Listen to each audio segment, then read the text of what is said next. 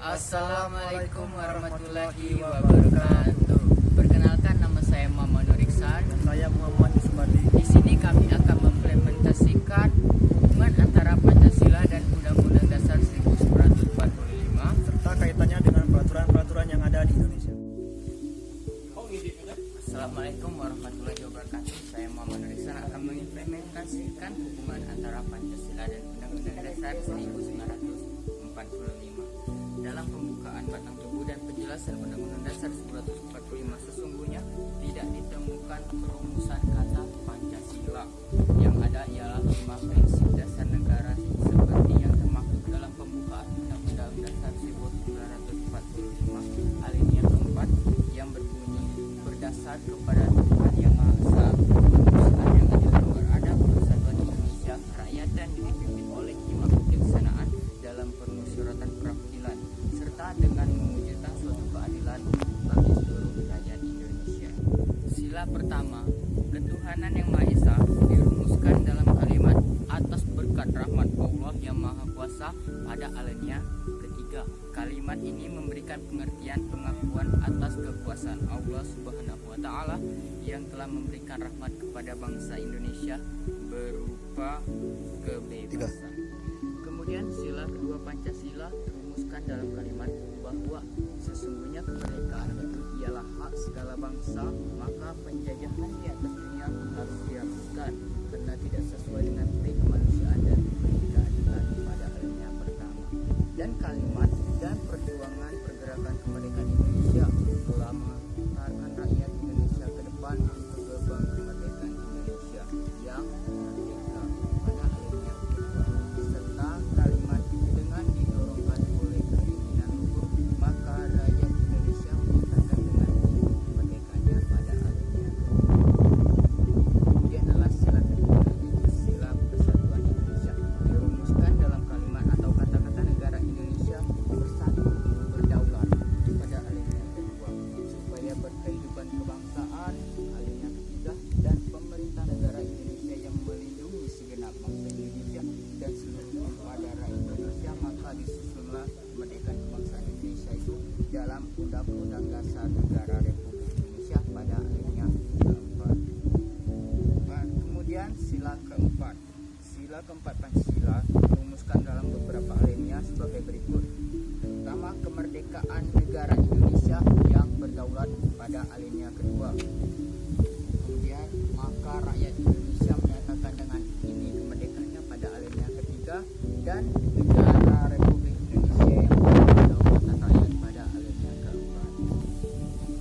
Kemudian terakhir adalah sila kelima, dirumuskan dalam kalimat rakyat yang ada di atas dunia harus dihapuskan karena tidak sesuai dengan peri keadilan pada alinea ke-1, dan menghantarkan rakyat Indonesia ke depan prinsip gerbang kemerdekaan Indonesia yang adil dan makmur pada alinea kedua, dan untuk memajukan kesejahteraan umum, mencerdaskan kehidupan bangsa dengan mewujudkan suatu keadilan sosial bagi seluruh rakyat Indonesia.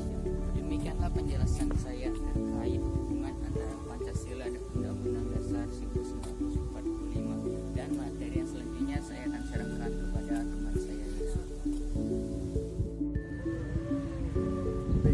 Kaitan hubungan Pancasila dan Undang-Undang Dasar 1945 dengan peraturan-peraturan yang ada di Indonesia. Dalam penjelasan Undang-Undang Dasar 1945, dapat diketahui bahwa Undang-Undang Dasar 1945 mengandung 4 pokok pikiran yang merupakan norma dasar dan merupakan cita-cita hukum yang menguasai hukum dasar-dasar, baik hukum yang tertulis maupun hukum yang tidak tertulis.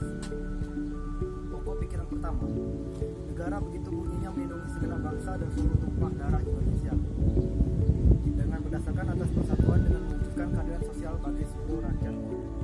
Kemudian pokok pikiran kedua, negara hendak mewujudkan keadilan sosial bagi seluruh rakyat. Ini merupakan pokok pikiran keadilan sosial yang didasarkan pada kesadaran bahwa manusia Indonesia mempunyai hak dan kewajiban yang sama untuk mewujudkan keadilan sosial bagi kehidupan masyarakat. Pokok pikiran ketiga yang terkandung dalam pembukaan adalah negara yang berkedaulatan rakyat berdasarkan atas kerakyatan dan permusyawaratan perwakilan. Selanjutnya, pokok pikiran yang keempat adalah negara berdasarkan atas keutuhan dan Maha Esa menurut dasar kemanusiaan yang adil dan beradab. Pokok pikiran ini menunjukkan Tuhan Yang Maha Esa.